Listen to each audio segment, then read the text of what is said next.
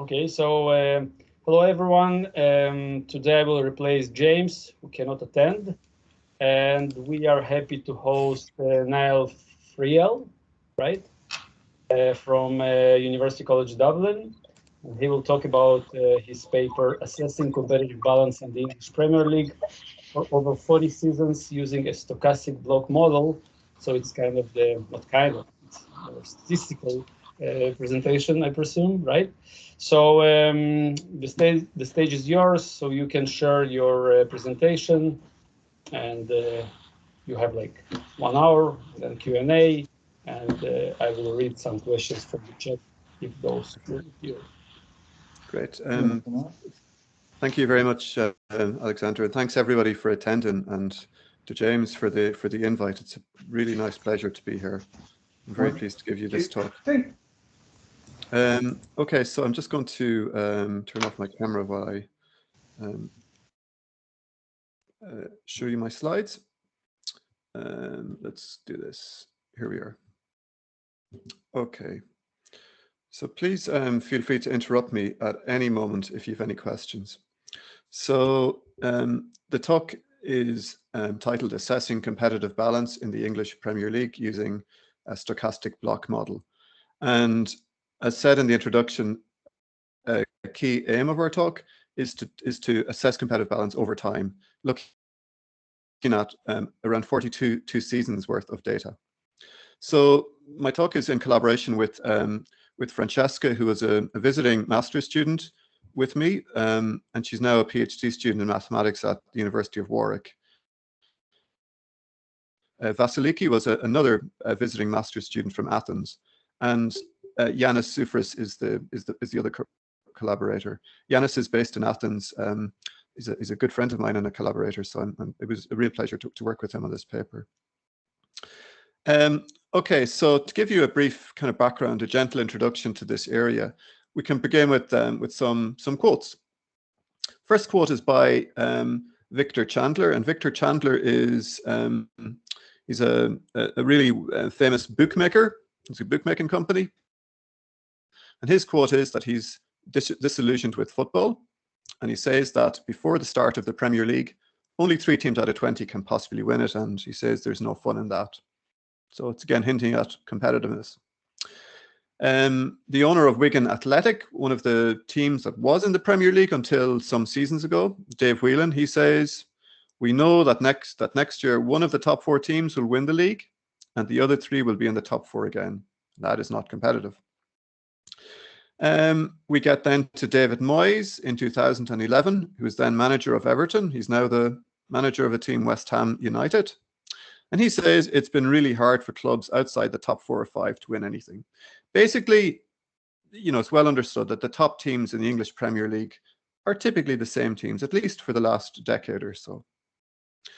The final quote comes from Guardiola, who's the manager of Man City, and somewhat ironically as manager of the team who has had, you know, almost most success since Man City was invested in quite heavily with money from Abu Dhabi. He says it's not a sport of success is guaranteed. Somewhat ironic, I think.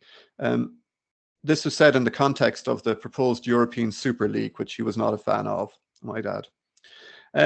Final quote or final headline from the Independent newspaper is from Boris Johnson, who's the Prime Minister of the UK. He says European Super League offends the principles of competition. And again, this is his kind of input into the debate around the European Super League. Okay, so competitiveness is something that everyone, you know, would like to see in a league. And the purpose of the talk is really to see, can we develop a mathematical or a statistical framework to allow us to say when or if a league is competitive and what is the nature of the competitiveness, and so on. Okay, so just kind of summarize what I've said in the past few slides. Competitive balance is a desirable feature in any professional sports league, and it sort of captures the notion that there's unpredictability in the outcome of games in the league. So what do? So we develop what's called a stochastic block model framework. And what this will allow us to do, we'll see, is to facilitate a probabilistic clustering so that teams within a block are balanced. So we really want to cluster like teams together into blocks. And the key statistical question here is assessing the uncertainty in both the number of blocks and also estimating which teams should be allocated to which blocks. In other words, how we can partition the teams to however many blocks we infer. And what we do is we apply the model on a season-by-season basis, starting back from 1978-79 through to 2019-2020. And what we find is that there's strong evidence that suggests there's a structural change from a reasonably balanced league to a two-tier league. And that occurred around the 2000s, which is shortly after an influx of TV money that one might kind of speculate has precipitated this imbalance. But more on that later. Okay, so a brief history of the Premier League. It's one of the oldest football leagues in the world. It goes back to 1880.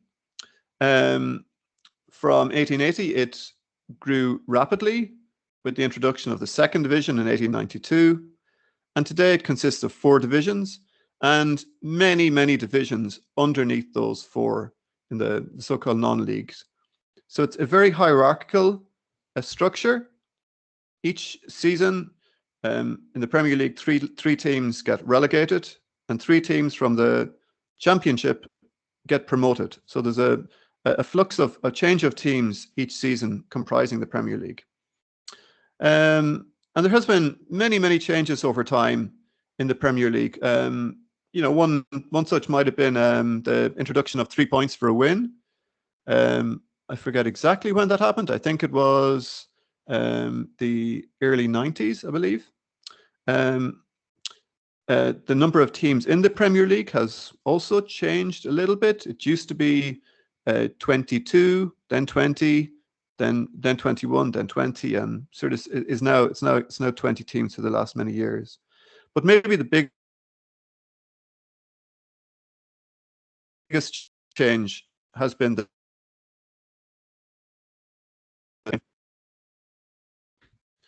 and what this brought about was massive increases in revenue.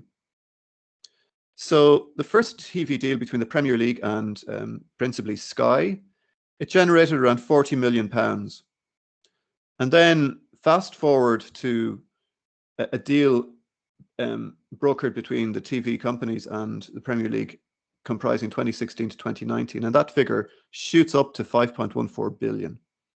So this just shows you the TV revenue has increased dramatically in that time.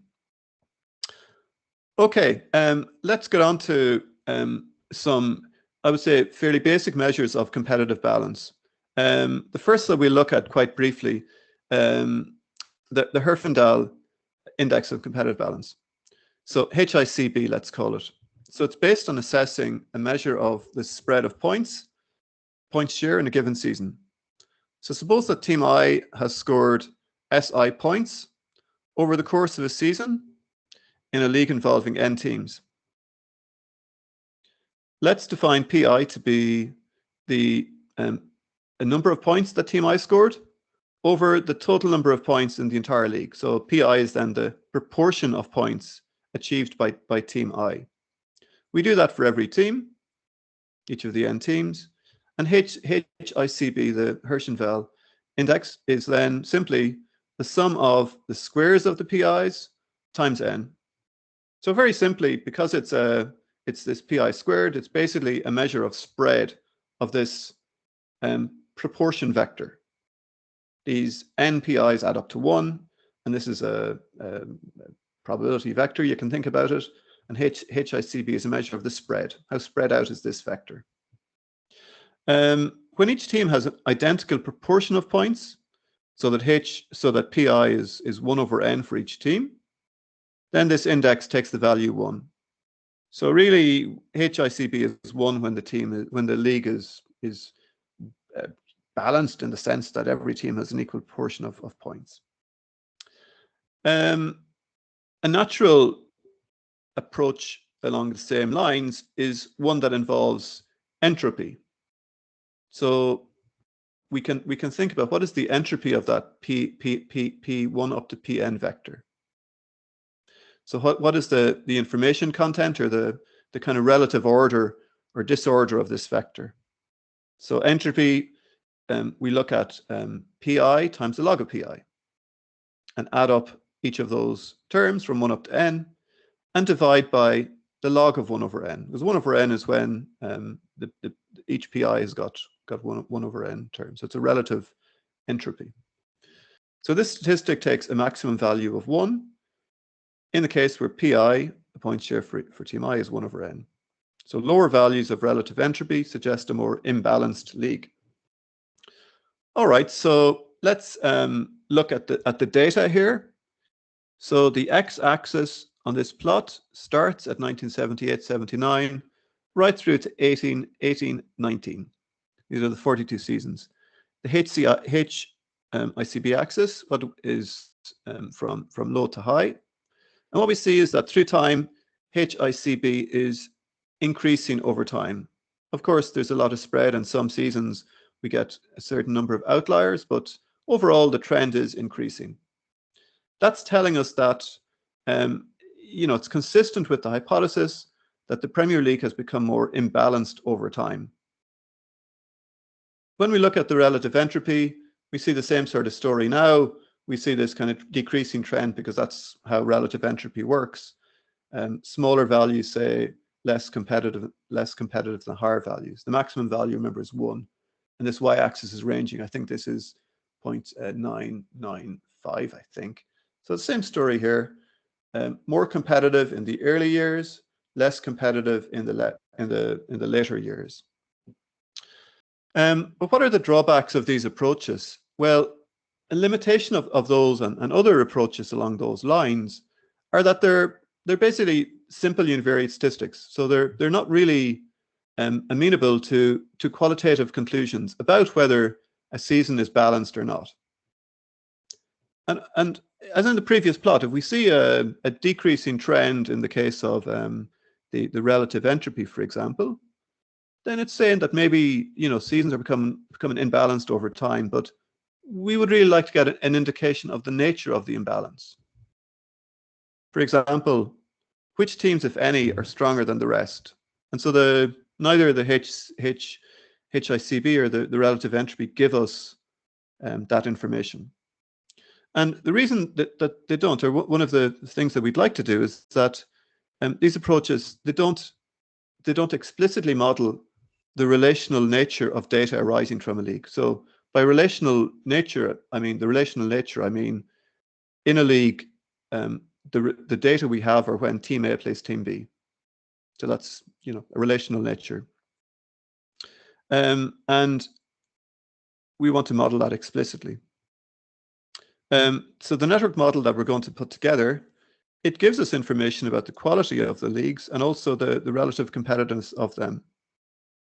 And the price we pay for this kind of richness is that the method and the model that we propose, it's more computationally demanding, but richer in terms of results and the inference that we can obtain from the final output that it offers. So that's at least what we're trying to do. All right, so here we go. Here's really where the kind of new ideas start, I believe. So the data that we see here on the left-hand side, we can call this a results matrix. I'm not too sure if these team names are visible to you. The first one is a team Arsenal, and the second team is Bournemouth.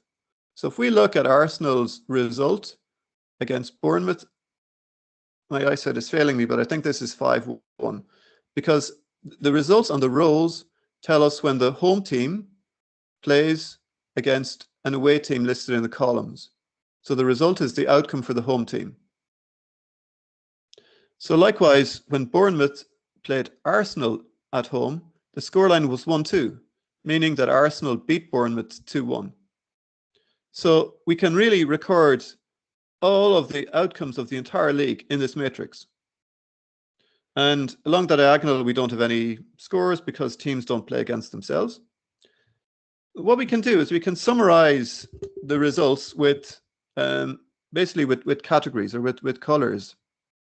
So here, green stands for a win, red stands for a loss, and yellow stands for a draw. So we're now encapsulating the result or summarizing the actual outcomes of each game with these three categories: win, draw, or loss, and we color coded them here. So what we want to do is effectively try to rearrange the rows and the columns, permute them, so that we see some nice structure appearing in this matrix. Okay, and that idea will become clearer in a few minutes, I hope. All right, so for each outcome of a game, we have a win, a draw, or a loss, and we represent that with the values 1, 2, or 3, respectively. So the outcome for a given season with matrix Y gives us a so-called results matrix. So Y12 means the outcome when home team 1 plays against away team 2. And that outcome is either a 1, a 2, or a 3, depending on whether team 1 won, drew, or lost against team 2. All right, that's the basic setup for our data set. So that results matrix for any given season, we can consider it as an adjacency matrix of a directed network. So how is it a network? Well, each node in the network represents a team. So a network comprises of nodes and edges. So the edge, when node I, an edge from node I to node J, represents the result of a match when team I plays at home against team J. And the edge value is then a value in this set 1, 2, or 3, depending on the outcome, a win, a draw, or a loss. So the network here is dense because every possible combination of teams are observed.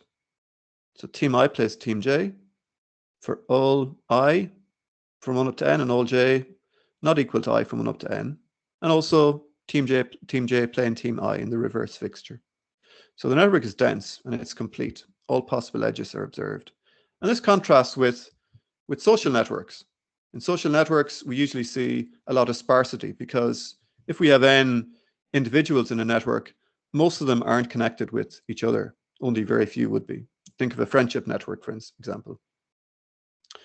But the fact that we're able to kind of make this connection to say that the results matrix, we can think about it as a network adjacency matrix, allows us to appeal to statistical models in social network analysis with the aim to find structure in the results matrix Y. So this brings us on to the main model of the talk, which is the stochastic block model. I'm very happy to stop for questions if there are any. Otherwise, I'll just keep talking. All right.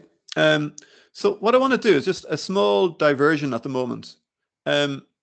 Because we want to develop a statistical network model, I want to first tell you about the simplest network model for simplest statistical network model.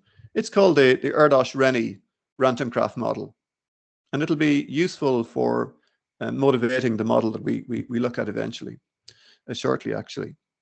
So it's a simple model for binary random graphs. This is where an edge between any two nodes I and j is a 1 or a 0. The edge is present or it's not. And the model says that there's a fixed probability p that we observe an edge or a non-edge. We observe an edge with probability p, and we observe a non-edge with probability 1 minus p. So in other words, all edges are assumed to be independent Bernoulli random variables. And it turns out that the number of observed edges, E, is a sufficient statistic. The likelihood then can be written very simply as P times Yij, we observe it as a 1 or a 0, times 1 minus P times 1 minus Yij. So if Yij is 0, this occurs with probability 1 minus P. If Yij is a 1, this occurs with probability P. So it's basically P to the power of the number of edges, 1 minus P to the power of the entire number of possible edges minus the number of edges. This is the number of non-edges, therefore. All right. The stochastic block model that we're going to extend has at its heart an Erdős-Renyi model. It's actually a finite mixture of Erdős-Renyi models. It's a really popular and useful model for network data, particularly binary social network data, developed by Nowicki and Schneiders in 2001. It has many citations and is a really popular model, a very useful one. So what the model does is it stochastically partitions the nodes into a certain number of blocks, call it K. And within each of these K blocks, the probability of an edge is modeled as an Erdős-Renyi random graph. So this implies that the nodes of the graph are given a latent, so-called latent clustership membership. So each node has a probability of belonging to one of these K blocks. And once we know the membership of any two nodes, the chance that they're connected is determined by a probability of that block membership following an Erdős-Renyi random graph. So the key thing with an SBM is to know the clustering variables of the two nodes. So here's a more kind of complete description. The SBM assumes that the nodes are partitioned into K clusters or blocks. The cluster membership of each node I is given a label from 1 up to K. So Zi, call it the label membership for team I or node I, takes a value from 1 up to K, and the chance that that value is block G is given by a variable alpha G. And G ranges from 1 up to K. And now if we have two nodes I and J, and we know their block membership, we know that I belongs to block G, we know that node J belongs to block H, then the chances of observing an edge between those two nodes is given by a variable PGH. This is the Erdős-Renyi probability specific to a node from block G and another node from block H. This then gives rise to turns out, a K by K matrix of these block connection probabilities, these PGHs. And if we know, again, the label for node I, call it G. If we know the label for node J, call it H, then the chances of observing Yij, given those variables, is just a Bernoulli PGH random variable. So it's a very useful but quite a simple generative model, let's say. And here's a picture of a binary network where the colors of the two groups, it separates into two groups, colored yellow and blue. Here's the adjacency matrix where the blue dots tell us there's a 1, a white dot tells us there's a 0, and we see there's a very nice partitioning of the nodes according to nodes that are connected together in the blue block, nodes down here that are in the yellow block, and there are some nodes that are between the two that don't happen so often, but they would have a smaller PGH basically. So that's a rough idea of how the SVM works. And one of the interesting things from the statistical point of view is what are the number of blocks? So what is the uncertainty in the number of the blocks cluster K? And this is something that statisticians kind of love to deal with. It's a non-trivial issue, but it's very, very well studied. There's a bunch of well-studied approaches to that. All right, so what do we want to do? We want to do something similar for our results matrix, that matrix of all of the outcomes when each team plays against each other, both home and away. So what do we want to do? Well, we want to partition the n teams in the league into k blocks. We want to do that in such a way that the probability of a win, a draw, or a loss for the home team is roughly speaking the same when any two teams in the same block play against one another. And that's basically our kind of competitive balance within a block. Okay, so if you have a block of teams, you want to basically say that the chances of a win, draw, or a loss is the same when any two teams play against one another. So there's some sort of notion of we're not sure of the outcome. Equally, we want to say that when a team from one block, maybe a strong block, plays at home against another team from a different block, maybe a weaker block, there's also a similar but different probability of a win, draw, or loss. In that case, the home team has probably more of a chance of winning if it's from a stronger block than the opposition away team. All right, but crucially, the probability of any given outcome then will depend on the blocks to which the teams are assigned. And one of the key objectives for us is to infer the most likely value of k. What are the number of blocks? In particular, if we think that k equals 1 has a reasonable amount of support, most support, then we have some evidence that the league is balanced. So that's the kind of one of the key metrics that we want to examine. What is this value of k for each season? So to get into the nuts and bolts of the model, I'll try to motivate it as well as I can. For a k block model, each node or team, so 1 up to n, if for the Premier League n is 20, each of those teams we'll infer that it belongs to one of capital K possible groups.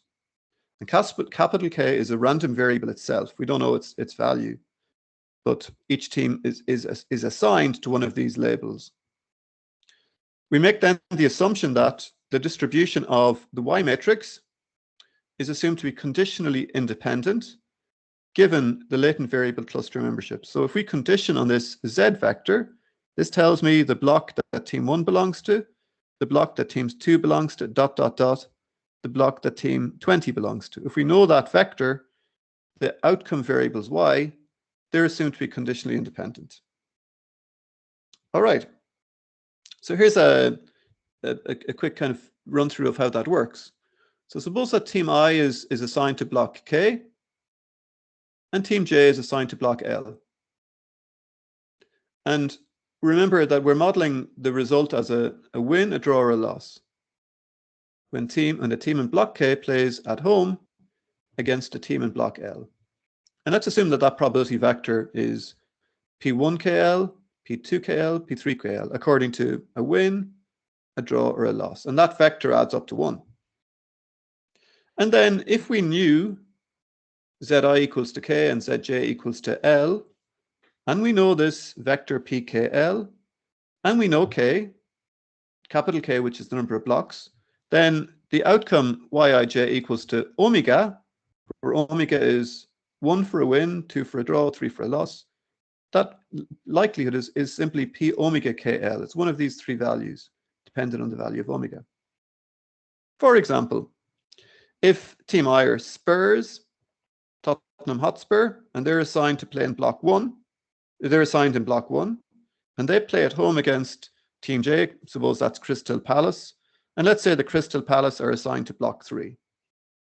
And suppose that we infer that the P13 vector, this is whenever a team at home in block 1 plays a team in block 3 who are the away team. Let's say that vector is 0.6, 0.3, 0.1. And in the data, let's say that Spurs won 2-0 at home against Crystal Palace. Then the likelihood of that outcome, Yij in this case, is 1 for a home win, given that Spurs are in block 1, that Crystal Palace are in block 3, and that our P13 vector is 0.6, 0.3, 0.1, then that likelihood would be 0.6. This is picking out the win probability. So it's as simple as that, really. But the complication really is to infer these Z labels and to infer this P vector and to infer K. That's the kind of tricky bit. But once we've inferred those, the likelihood then falls out very, very easily. All right, so to abstract that idea a little bit, we're going to assume that the entries of Z then are IID, So given some parameters theta and k, the number of blocks, we'll assume that they're IID multinomial. This will be our prior probability. This is in a Bayesian context, our prior probability for Zi. We'll assume that that's a multinomial with one draw. Theta equals theta1, theta2 up to theta k. So the probability that Zi is in block k, given theta and k, is this parameter theta k. The probability that node I belongs to cluster k a priori. And the sum of these theta k's add to 1. So we have a simple multinomial probability for the Zi allocations. And then, because we have this independence assumption, the prior probability of the entire Z vector given theta and capital K is then a product of these multinomial probabilities for I equals 1 up to n. So it's really quite a simple multinomial distribution for the Zi's. May I ask you? Yeah, please, Alex. So this independence assumption, how critical is this? And if it does not hold, what's happening? The assumption for the Zi's, well, it's a standard assumption in SBM modeling for these Zi's, and it's yeah, I mean, it could be it could be made a dependent prior, but the modeling becomes really a lot more difficult. But I think that it's not a bad assumption a priori. This is the assumption before we see any data. So it's simply saying that that each team Zi has got some probability of belonging to one of these k blocks. Maybe what's more possibly what's more, where am I going to? What's probably you know, kind of maybe a little bit more interesting is that when we condition on these Z's, we assume that the outcomes are conditionally independent. So, you know, when we integrate across this, we're getting some dependence between the data. So I think the assumption is, you know, probably not that critical. And it's it. Maybe what I mean is that you mean that each team can belong to different blocks, right? Yes, exactly. But belonging to blocks, maybe the interpretation of it, is it like according to strength of the teams, or? Well, yeah. So before we see any data, we have a prior probability that a team is in any one of those k blocks, and we model that dependent on a vector theta. And then we have a hierarchical structure on the thetas. I'll show you just now, if I could, that theta itself follows a distribution. Theta is a probability vector for that multinomial, and it's modeled a priori as a Dirichlet. So I suppose the point here is that the probability of Z before we see data conditional on theta is, I would say, kind of quite flexible. And yeah, that's the assumption we make, basically. Does that help? Okay, yeah.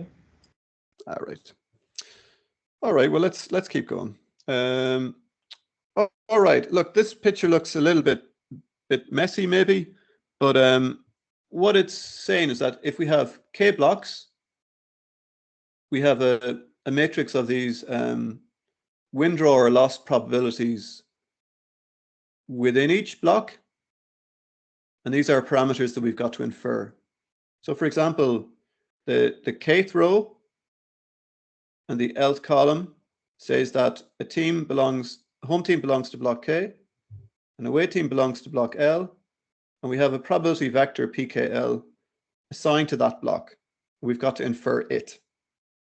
We've got to put a prior distribution on that vector also. And it's a probability vector.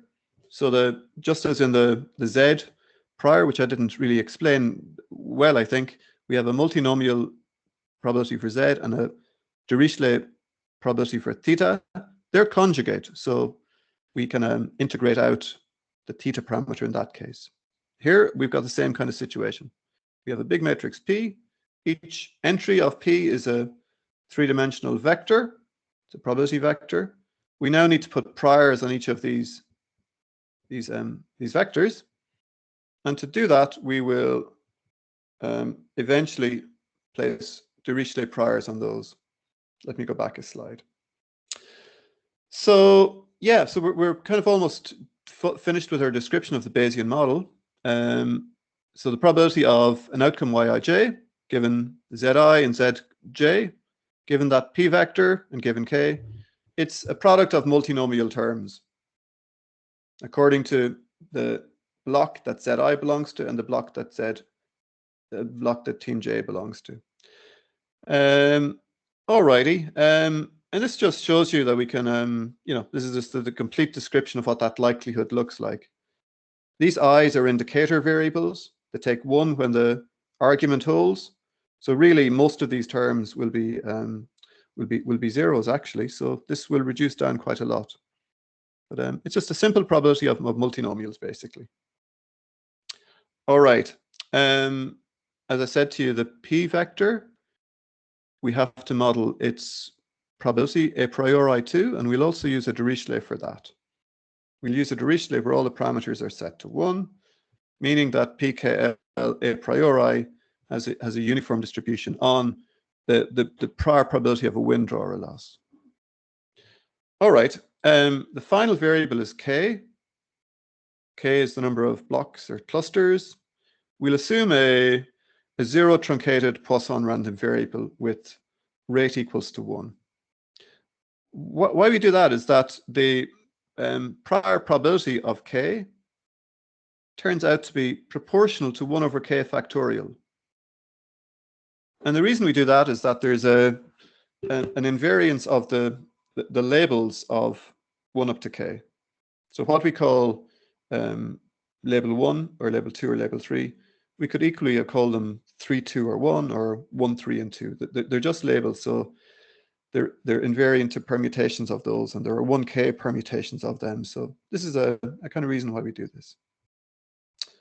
Okay, the final bit of a kind of mathematical detail is that the posterior that we end up with, we have a vector Z for what block each team is allocated to. P, which is that large matrix of three-dimensional probability vectors according to what blocks we're in. Theta is the prior parameter associated with Z, and K is the number of blocks. And it factorizes as likelihood times a prior for P given K, Z given theta times P of theta times pi of K. And okay, we're interested really mostly in what is this Z vector. So what block is each team allocated to, and what are the number of blocks? And maybe, Alex, to go back to one of your questions, one of the kind of things that occurs through that prior modeling of Z and theta that we kind of touched upon is that P of Z given theta is modeled as a multinomial. Theta is modeled as a Dirichlet. They're conjugate, so that allows us to integrate over theta. So we can actually integrate away the theta parameter, which is useful to us actually. And likewise, P has got some prior terms that we can also, because the likelihood here is multinomial, and this prior for P is Dirichlet, we can also do some integration. So it means that we go from a distribution with Z, P, theta, and K to one involving Z and K. And we can get an exact expression for this quantity here. Okay, I think I should have a proportionality sign here rather than an equals. All right, and just to give you some details, this is what the distribution looks like. I just wanted to write it down just to show that we can actually write it down in an expression. This gamma function it's the usual gamma function. the NKL omega. What does that do? That's an expression that counts the number of times that outcome omega was observed for all games involving a team allocated to block K playing at home against a team allocated to block L. So it's just a count of number of outcomes. So it's an easy thing to compute. The other term that this posterior involves is a term NK. And this is the number of teams allocated to block K. So to kind of cut to the chase, this right-hand side, this posterior, we can evaluate it exactly. So then the question is, can we infer Z and can we infer K? So we without going into really many details at all, we do this inference using a technique, Markov chain Monte Carlo. Some of you might be familiar with this, others may not be, I'm not sure, but it's a standard tool for inferring from Bayesian models.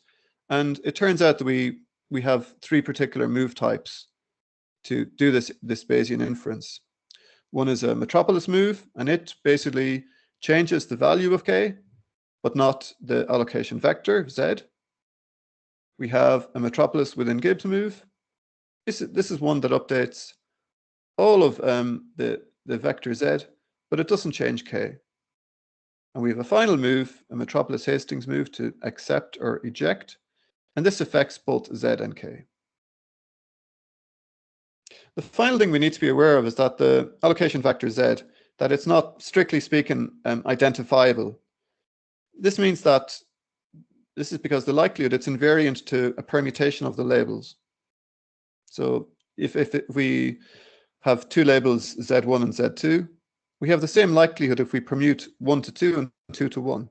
So we have to somehow undo that relabeling. And to do that, we use a technique by Carpenedo and Tot. Right, let's get on to the kind of fun bit, which is the results of the study. All right. So we analyze each season in turn from 78, 79 through to 2019, 2020. And we want to really see, has the league become more or less competitive over time? The other outcomes that we're interested to look at are questions around whether there's evidence of a big six group of teams. This is something that the media continually talk about. They talk about the big six in England all the time. So what we do to begin with is we look at the 2018-2019 team as a way to illustrate some of the features of the model and to help you understand what we're doing. All right. The first thing is, how many groups were there for 2018-2019? And it turns out that overwhelmingly, there were two groups with estimated probability, posterior probability 0.97. A little bit of probability for a 3 group and even less for a 4 group, and really no probability for a single group model. So strong evidence that a 2-group model is best supported by the data. Here's the results table. This is what that season looked like. The winners were Man City with 98 points, Liverpool with 97. So it was really, these two teams were really the two strongest. Liverpool, Chelsea, Tottenham Hotspur, Arsenal, Man United. And this solid line separates the teams in what we infer to be Group 1 and the remaining teams that we infer to be in Group 2. So we see their points total, and also we've recorded the chance that each team is in the top block. So clearly, Man City and Liverpool are with 98 probability each in the top block. Man City, 0.85 probability in the top block. And then Wolverhampton have got just a 23% chance of it in the top block. And then those top block probabilities drop off dramatically for the remaining teams. All right, let's go back to the results matrix again. So on the left-hand side here, we see the data. Remember again that green means a win, red means a loss, and yellow means a draw. The teams are listed in alphabetical order on the left-hand side. On the right-hand side, we've separated the teams according to the first block and the second block. Can you see my pointer, guys? No, not really. Ah, sugar. Oops. Ah. Oopsie daisies. All right, no worries. Well, right, what I've done here is in the right-hand plot, I've separated the teams in the first block, which is Arsenal, Chelsea, Liverpool, Man City, Man United, Tottenham Hotspur. So in the top left-hand quadrant, we see that we have colors that are a mix of green, red, and yellow. If you look at the top right-hand block, these are teams involving that play at home and that are in the top block at home. That's again Arsenal through to Tottenham Hotspur. And they play, this is the outcome when they play at home against the teams in block 2. So if you look at the top right-hand block, it's mostly a green color. That's saying that the home team in the top block typically beats the away team in the weaker block. All right, if you look at the bottom left-hand block, this is where the teams in block 2 play at home against the teams in block 1. And in the bottom left-hand quadrant, most of the colors are red. That's saying that teams in block 2 that play at home against teams in block 1 mostly lose because the color is red. While the last quadrant, which is the bottom right-hand quadrant, we see a mixture of red, green, and yellow. And these are the results when two teams from block 2 play each other. So what the model has done is it has permuted the rows of the left-hand matrix into one which separates out the blocks into it, showing some structure along the lines I've just described. So that's one of the kind of neat things about the model, that it does this nice kind of partitioning to give you a sort of ordered picture compared to the left-hand picture where the teams are listed in alphabetical order. All right, we can kind of interrogate the results a bit more, and apologies for going back so quickly, but if we look at, for instance, Tottenham Hotspur, Arsenal, and United, all right? So Tottenham finished 4th, Arsenal 5th, and Man United 6th. But Tottenham has got a smaller probability within the top block than Arsenal. Arsenal have got a 90% probability, Tottenham have got an 81% probability, and even Man United have got a higher probability than Spurs. Not by much, but by a little. And that's while Tottenham have got more points than those other two. So we can kind of interrogate the results and see what happened so that Spurs, although they have more points than the other two, they have a smaller posterior probability of belonging to the top block. So we'll just explore that question for a moment. And let's look at the actual outcomes when those three teams played against each other. It's like a mini league here. So these are the outcomes when the three teams played against each other. So Tottenham played Arsenal and drew 1-1 at home. Tottenham played Man United and lost 1-0. When Tottenham were away from home, they beat Arsenal 4-2, but they lost to Man United 3-0. So this indicates that Tottenham's record against both teams was 1 win, a draw, and 2 losses. And if you look at the data, you'll see that it was identical to Man United's, but their record was much worse than Arsenal's, because Arsenal have 2 wins and 2 draws in their 4 matches against the other two. Arsenal beat Tottenham 4-2, they beat Man United at home 2-0, and then they drew away from home against Arsenal and United. So that's consistent with Arsenal being estimated a higher posterior membership to the top block than Tottenham, despite having an overall lower league position. Okay, we now get to look at the results over the past 40 seasons. What have we done here? So we've displayed the posterior probability of each team belonging to of number of clusters been a 1, a 2, or a 3, or a 4 over time. We've multiplied the probabilities by 100 to make them a little bit more readable. The yellowy sand color is telling us that a one block model is preferred, has got most support. The blue tells us that the two block model has got most support. And what we see on the left hand side, this is for the first half of the study, we see that there's a almost equal number of 1 and 2 block models best supported. But also we see that in some seasons, there's really equal support between a 1 and a 2 group model. So if we look at 84, 85, we see that a 1 block model has about a 44% probability, and a 2 block model has got about a 55% probability, or 56%. So really, we're not able to decide, is it a 1 or a 2 block model? 1990, 1991, the same story, a roughly 50-50 support for a 1 or a 2 block model. Now, there are some seasons where a 1 block model has got much more support, but equally, there are some seasons where there's equal support. All right. But when we look at the second half of the study, we see quite a dramatic change. We see now that the 2 block model has typically got most support. So I'm looking really at seasons from 01, 02 to the end. So virtually every season we've got a 2 block model best supported. Those of you interested in a Premiership football will kind of wonder about this 15-16, and you might know that season. That's the season that Leicester City won the league. And in that season, it was very open.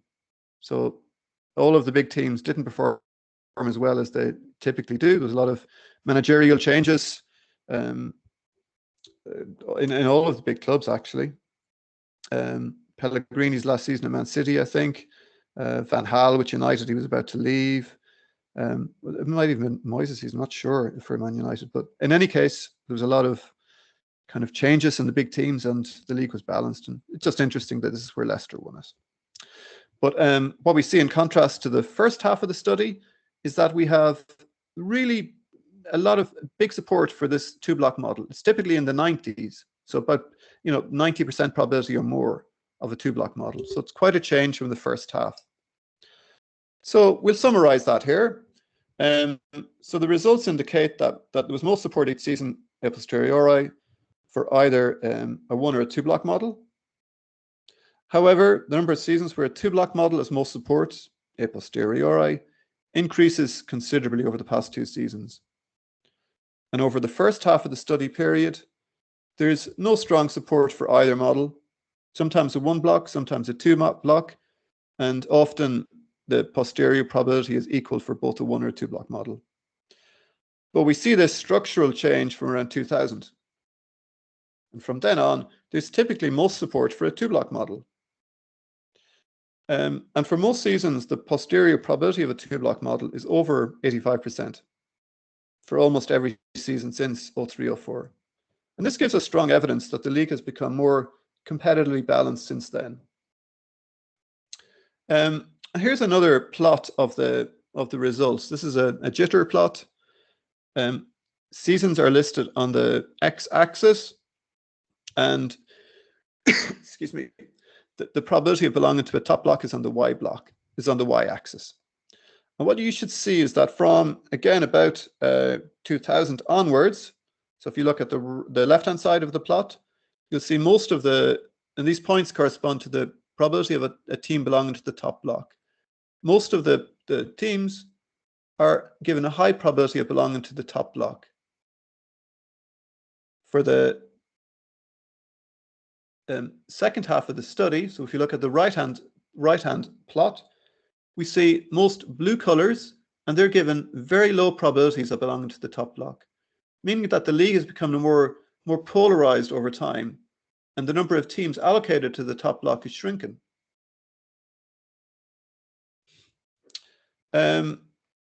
We can also look at kind of things like what is the map or the maximum a posteriori allocation, the most probable allocation of a team to the strongest block. We denote it with a tick if a team belongs to the strongest block, or an X if it doesn't. So we've listed here the so-called 6 big teams as people understand them: Arsenal, Chelsea, Liverpool, Man City, Man United, and Tottenham. For seasons 15-16, 10-11, and 02-03, this is where we had a single block model. So every team was in the top block in that case. So for instance, 1920, we see that only Liverpool and Man City are in the top block. If you look at the first row of the table. In the second row for 18-19, all 6 teams were in the top block, and there was no other teams. The additional teams were listed, none of them, because there was no others. If we go, for instance, to 13-14, the same 6 teams are in the top block, and additionally, Everton are in the top block that season too. For example, if we look at row 09-010, the same 6 teams are in the top block, with the addition of Everton and Aston Villa. So we see a strong persistence of these 6 teams in the top block. What's interesting, if we pick on Man City, is that in 08-09, they were not in the top block. It took them a wee bit of time to actually, first of all, enter the league, which they did in 03-04, to eventually become in 09-10. I'm looking at the Man City column here, until 09-10 when they got into the top 6, and then they just simply haven't left it since. So, okay, so since 09-10, Man City have been ever present in the top block, and the same thing for Tottenham, apart from season 2014-2015. And before this, Man City weren't allocated to the top block. In each of the other 4 teams, with the exception of Liverpool for a few seasons, they've been in the strongest block over time. So there's strong evidence that there is, this existence of a top 6 block of teams is grounded in reality. So what do we conclude overall? We conclude that the English Premier League was quite balanced from around 1980 to 2000, but that there's strong evidence that the league has become more imbalanced since 03-04. So I think it's understood that there is this kind of polarization of teams from strong teams to bottom teams. But what our analysis has shown is that this imbalance has become really quite dramatic over that period. And also we're able to pick out that we've got an emergence of the so-called big 6 teams. Again, Arsenal, Chelsea, Liverpool, Manchester City, Manchester United, and Tottenham Hotspur since around 2010. And let's just finish with a few possible extensions or ideas for the future. The SPM model that we've developed, it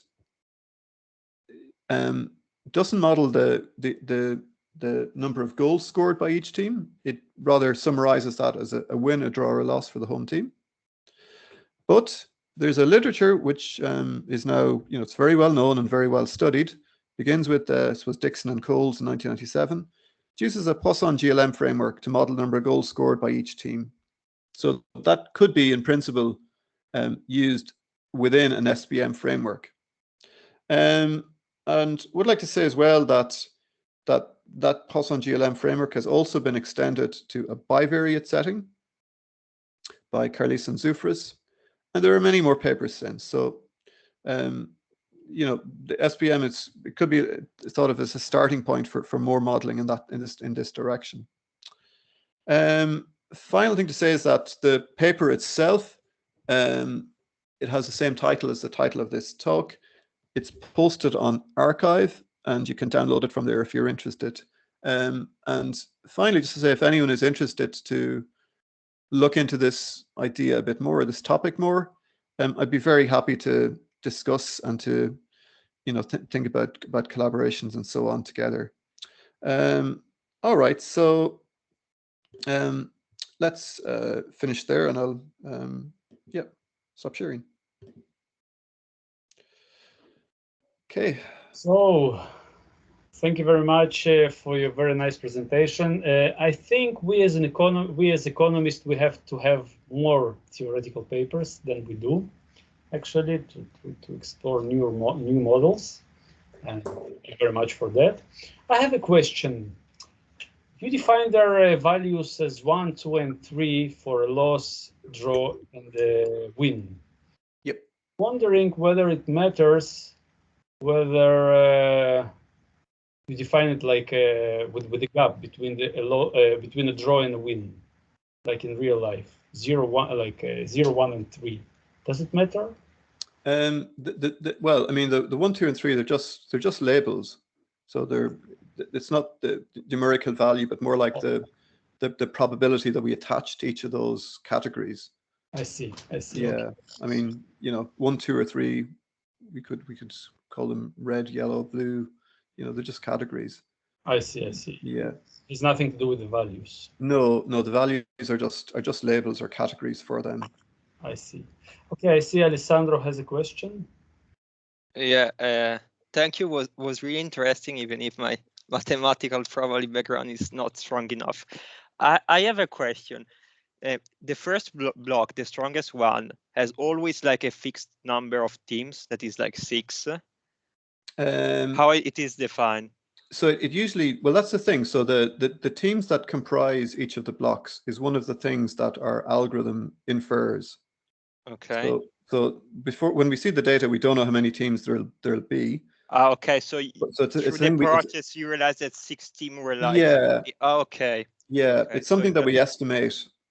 Okay, yeah. So is there not any effect, for example, if the number of teams in the Premier League that can have access to European competition change over time? Because I thought that, for example, like teams like playing the Euro League or in the Champions League change over time. So this could have like an effect of the number of teams in a block. But I don't know if you take that. Well, no, the only information we model is just the scores of the league directly. Okay. But maybe your question is kind of hinting at something maybe important, and that might be that we could include other information, other covariates. Yeah. Such as, does a team play in Europe? Does it qualify for Europe? And that could be important because if teams qualify for Europe, they get revenue on that basis, and of course that feeds into the competitiveness or otherwise of the league. So yeah, I mean, maybe that could have been one of the things I mentioned in the last slide for future extensions, is to model things like the financial value of teams. We could model also a covariate. Does a team play in the Champions League or not? Okay. But yeah, I don't know if that answers your question, Alessandro. Yeah. Okay. No, it's much clearer. Thank you so much. You're so welcome. Thanks for your question. So do we have some other questions?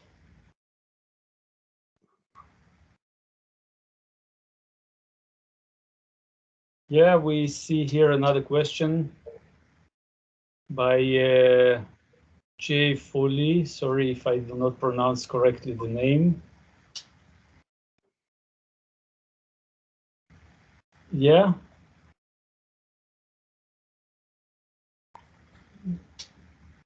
Okay, we don't hear. Your mic your audio is turned off. Is it Jean-Louis? You're mute. Okay. Sorry. Oh. Do you hear me now? Yes. Do you hear me? Maybe you remember me. We worked. Yes, I do indeed, Jean-Louis. Yes. My question is: you apply that to teams, but would you consider to apply it for countries in international competition, or to players in some groups? Instead of just teams, you can apply it to different items, no? For instance, because look, for the World Cup, there is a discussion on how many teams we have for the final stage. Do you see my question? Can you say it again, Jean-Louis? I missed the first part. Apply your procedure to competitiveness among teams, right? Yep. But you can apply. Can you apply it to, for instance, to countries? Oh, yes.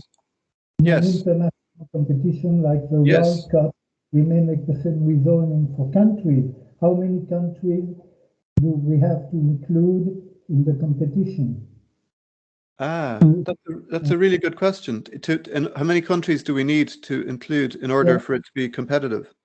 Yeah, or maybe for players too.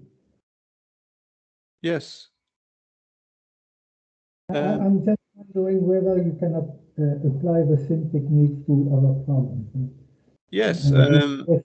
Selecting the number of countries, selecting the number of players, Yes. selecting all kind of items involved in the competition. Especially about international competition, where there is a debate on how many teams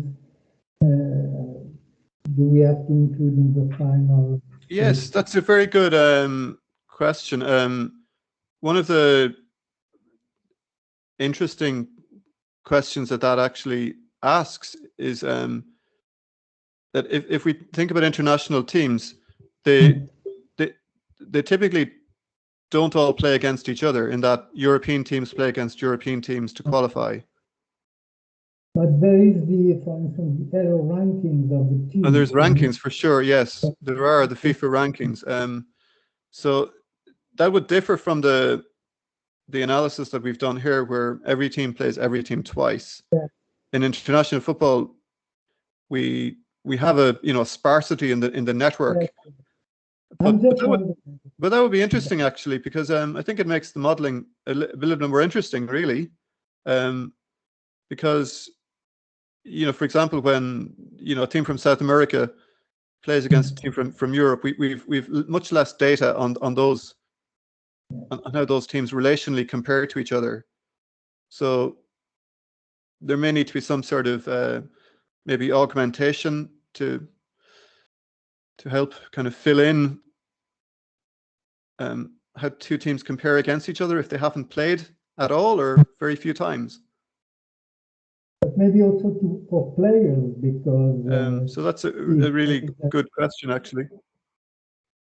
How you could classify the players on account of this kind of approach as compared to their economic value or their market value? I don't know. Yes.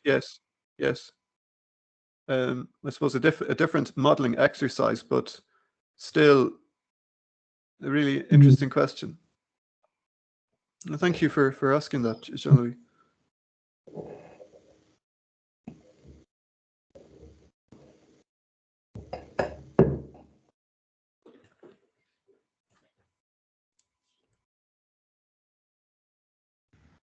Are there some other questions?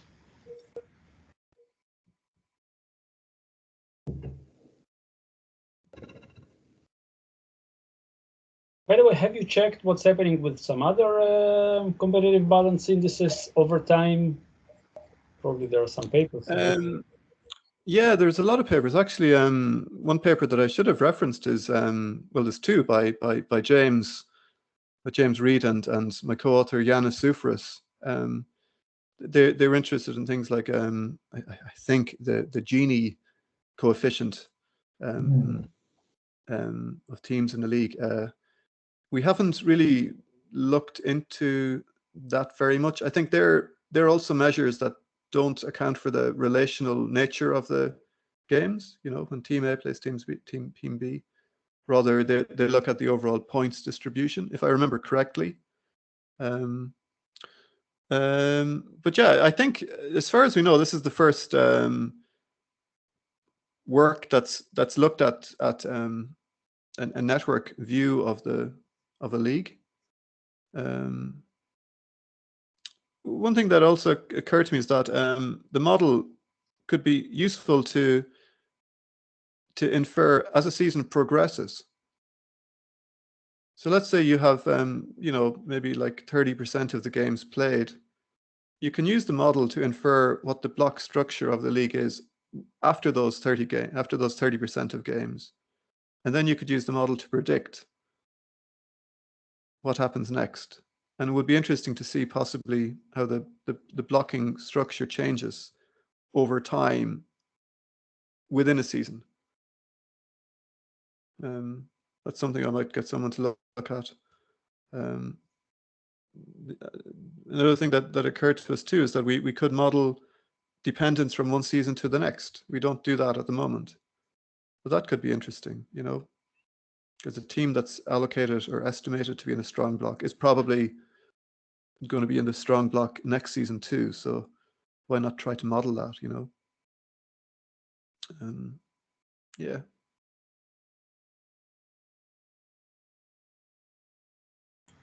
Okay, thank you very much. Any other questions? Okay, so I think we should thank Niall for a very nice talk, and thank you very much. I hope to see you all next week with James already taking the lead. And have a nice weekend. Thanks. I hope to join you again for some more Fridays. Yeah. We are happy to have new people. Cool. Thank you. Thanks very much, Alex, and everyone for your questions. It was great to talk to you. Thank you. Bye-bye. Cheers. Bye-bye.